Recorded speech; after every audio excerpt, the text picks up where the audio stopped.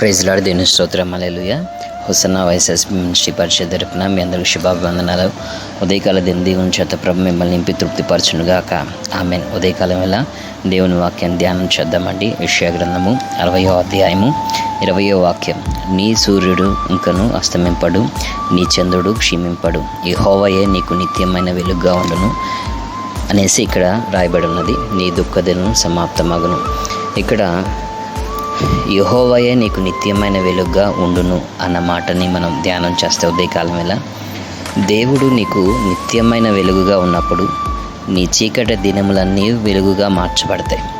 మనుషుడు చీకటి కమ్మినప్పుడు దుఃఖిస్తాడు, భయపడతాడు, వేదన చెందుతాడు. అందుకని దావీదు అంటాడు, నీ వాక్యం నన్ను బ్రతికిస్తున్న, నా బాధలు ఇదే నాకు నెమ్మదినిస్తుంది అంటాడు. అదే దావీదు ఇంకో చోట అంటాడండి, నీ వాక్యం నా పాదములకు దీపం, నా త్రోవకు వెలుగై ఉన్నది అంటాడు. అలాగే యేసు ప్రభు కూడా అండి, నేను ఈ లోకంలో ఉన్నప్పుడు లోకానికి వెలుగునని చెప్తున్నారు. విశ్వాస జీవిత యాత్రలో చీకటి కమ్మిన అనుభవాలు ఎదురైనప్పుడు దేవుడే మనకి ఆధారం, దేవుడే మనకి ఆశ్రయం. దేవుడు ఎలాగా నీకు తోడుగా ఉంటారు అని మనం ఒకసారి ఆలోచిస్తే, ఆయన వెలుగై ఉన్నాడు, ఆయనలో ఏమాత్రం చీకటి లేదు.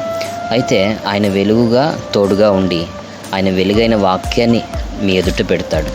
దీపమైన వాగ్దానంని ఎదుట పెట్టి ఈ లోకంలో నువ్వు ఎదుర్కొంటున్న ప్రతికూలమైన పరిస్థితుల మీద విజయమిస్తాడు.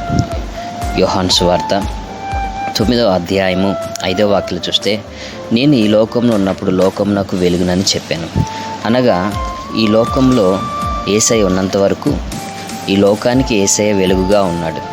చీకటి కమ్మినప్పుడు వెలుగుని మనుషుడు ఎలా అయితే ఆశ్రయిస్తాడో, ఒక పుస్తకం చదువుతున్న వ్యక్తి కరెంటు పోగానే చీకటి కమ్మిద్ది, ఎమ్మంటనే వెలుతురుని ఎలా అయితే ఆశ్రయిస్తాడో, అలాగా జీవిత పుస్తకాలు చదవాలనుకుంటున్న వారికి యేసు ప్రభు వెలుగుగా ఈ భూమి మీదకి వచ్చారు. ఈ వాక్యం ఉంటున్న ప్రియమైన దేవుని బిడ్డలారా, శక్తికి మించిన ఇరుకు ఇబ్బందుల్లో నడిపించబడుతున్న నీవు, నీ యొక్క సమస్యలకి పరిష్కారం, నీ శోధనలకి పరిష్కారం, నీ దోష శాపములకి పరిష్కారం యేసు ప్రభు ఒక పరిష్కారంగా మీకు ఉన్నారు. ఎఫెసీయులు రాసిన పత్రిక 5వ అధ్యాయం 8వ వాక్యం చూస్తే, మీరు పూర్వమందు చీకటి ఉంటిరి, ఇప్పుడైతే ప్రభునందు వెలుగై ఉన్నారు. వెలుగు యొక్క ఫలము సమస్త విధమైన మంచితనము, నీతి, సత్యం వాటిలో కనపడుచున్నది అనేసి ఇక్కడ రాయబడి ఉన్నది. అనగా దేవుడు నీకు నిత్యమైన వెలుగుగా ఉంటాడు. దేవుడు సర్వ సృష్టిని తయారు చేసినప్పుడు చిన్న జ్యోతిగా ఆ యొక్క చంద్రుడిని, పెద్ద జ్యోతిగా ఆ యొక్క సూర్యుడిని తయారు చేసినప్పుడు అవి భూమికి వెలుతురు ఇవ్వడానికి దేవుడు అనుగ్రహించాడు. అయితే దేవుడు అంటారు, అవి కాదు, నేనే నీకు ఒక వెలుగుగా ఉంటాను అంటున్నాడు. హల్లెలూయా. దేవుడు నీకు నిత్యమైన వెలుగుగా ఎలాగా నీ మార్గాల్లో ప్రకాశిస్తాడు అన్నట్లయితే, దేవుడు ఆది అందు వాక్యమును, వాక్యం దేవుని అద్దును, వాక్యం దేవుడై ఉండెను అని యోహాను సువార్త 1వ అధ్యాయం 1వ వాక్యం ఉన్నట్లుగా దేవుడు వాక్యమై ఉన్నాడు. వాక్యమైన వెలుగు ద్వారా నేను నడిపిస్తాడు. చీకటి అనబడుతున్న భయములు, వేదనలు, దిగులులు నీ నలుదిశలా కమ్మినప్పుడు దేవుడు తన పరిశుద్ధ వాగ్దానాన్ని జ్ఞాపకం చేసుకొని ఆ వాగ్దానంతో నిన్ను, నీ కుటుంబాన్ని ధైర్యపరిచి నడిపిస్తాడని వాస్తవాన్ని గ్రహించాలి. చీకటి కమ్మినప్పుడు దుఃఖిస్తాడు మనిషి, వెలుతురు రాగానే సంతోషపడతాడు. ఈ సాధారణమైన వెలుతురులు, ఈ లోకానుసరమైన వెలుతురులు కొన్ని ఉంటాయి. లోక మంచి, లోక నీతి, లోక సత్యము, అవి కొంతకాలమే. అయితే దేవుని యొద్ద నుంచి వస్తున్న వెలుగు అది నిత్యం ఉంటుంది. కానీ దేవుడు అంటాడు, ఇప్పుడుండి తర్వాత వెళ్ళిపోయే వెలుగులు కాదు, నేనే నీకు తోడుగా ఉంటాను వెలుగుగా అంటున్నాడు. ఆయన దీపమైన వాగ్దానము వలె నీకు తోడుగా ఉంటాడు. కాబట్టి దేవుని వాక్యాన్ని ఉదయంన, సాయంత్రం నువ్వు చదవాలి. నువ్వు దినదినం వాక్యం చదువుతూ దినదినం దేవుని వైపు నీ చేతులు చాపినట్లయితే దేవుడు ఆశ్చర్య అద్భుత కార్యాలు నీ జీవితంలో జరిగిస్తూ ఉంటాడు. ఈ వాక్యం ఉంటున్న ప్రియమైన దేవుని బిడ్డ, చీకటిలో దారులేం కనపడవు. అప్పుడు మనుషుడు భయపడతాడు, నేను ఏ దారిని వెళ్తున్నానా అని.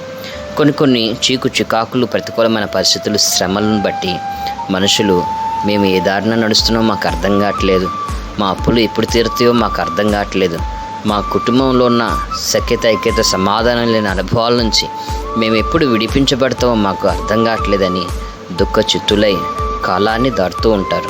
ప్రియమైన దేవుని బిడ్డలారా, సముద్రంలో పడిన వ్యక్తి ఒడ్డుకొచ్చేదాకా ఈదాలండి. అలాగే సంసార జీవితాల్లో ఎదురైన కష్టాలు, బాధలు, ఇబ్బందులు, అప్పులు, చికాకులు ఇవన్నీ కూడా ఒడ్డుకు చేరేంత వరకు కూడా ఈదాలండి. ఈదటం ఆపివేస్తే సముద్రంలో ఈతకెళ్ళిన వాడు మధ్యలో ఈత ఆపేస్తే ఆ సముద్రం ముంచేసిద్ది అన్నట్లుగా శ్రమలు, బాధలు, ఇబ్బందులు, కష్టాలు చూచి నువ్వు ప్రార్థించడం ఆపేసిన, వాక్యం చదవటం ఆపేసిన పరిస్థితులు నిన్ను ఇబ్బంది చేస్తాయని వాస్తవాన్ని గ్రహించాలి. దేవుడు నీకు నిత్యమైన వెలుగుగా ఉండి నీ నలుదిశలా ఏర్పరచబడిన చీకటి దారుల్లో ఆయన సహవాసము, ఆయన వాగ్దానము, ఆయన కృప నీకు తోడుగా ఉంచి నడిపిస్తాడు. ఆ రీతిగా ప్రభు నడిపించునుగాక. చీకటి కమ్మిందని భయపడమాకండి. వాక్యమైన వెలుగు కాడికి రండి, బైబిల్ చదవండి, మోకరించండి, ప్రార్థన చేయండి. దేవుడు సహాయకుడై సవాల్తో కూడిన ప్రతి ప్రతికూలమైన పరిస్థితులన్నిటిలో కూడా ప్రభు నిత్య ఆశీర్వుడై మీకు కృప చూపించి నడిపించునుగాక. ఆమేన్. ఆ రీతిగా దేవుడు నీకు నిత్యమైన వెలుగుగా ఉండి మీ కన్నీటి అనుభవాల్లో, కష్టాల అనుభవాల్లో, మీకు కలిగిన భయముల అనుభవాలన్నిటిలో ప్రభు మిమ్మల్ని ముందుకు నడిపించే రీతిగా మీ కొరకు చిన్న ప్రార్థన. కృప సత్య సంపడకు దేవానికి స్తోత్రమయ్య. ఉదయకాలం వల్ల ఎటువంటి చీకటి కమ్మిన అనుభవాలతో నీ బిడ్డలు పోరాడుతున్నారో మాకైతే తెలియదు. దీపమైన వాగ్దానం నీ బిడ్డల ఎదుట పెట్టి ధైర్యపరిచి, బలపరిచి, ఆదరించి ముందుకు నడిపించు. ఆ రీతిగా నీ నామం పేట నీ బిడ్డలు ఏమైతే ప్రార్థిస్తున్నారో కార్యములు జరిగించు. ఈరోజు పుట్టినరోజు. ఆ రీతిగా ఈరోజు ఎటువంటి శుభకార్యాలు నీ బిడ్డలు కలిగి నడిపించబడుతున్నారో రాకపోకలందు నీ హస్తం తోడుగా ఉంచు.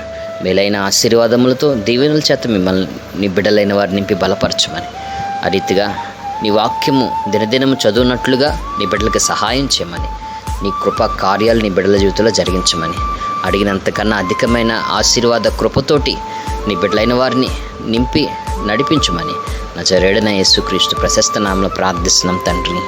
ఆమేన్. తండ్రి అయిన దేవుని ప్రేమ, తన కుమారుడైన యేసుక్రీస్తు కృప, ఆదరణకర్తైన పరిశుద్ధాత్మ దేవుని ఆయన సన్నిధి సహవాసం కృపయు ఈ వాక్యం ఉంటున్న మీ అందరికీ తోడై ఉండి విజయం అనుగ్రహించి నడిపించునుగాక. ఆమేన్, ఆమేన్, ఆమేన్.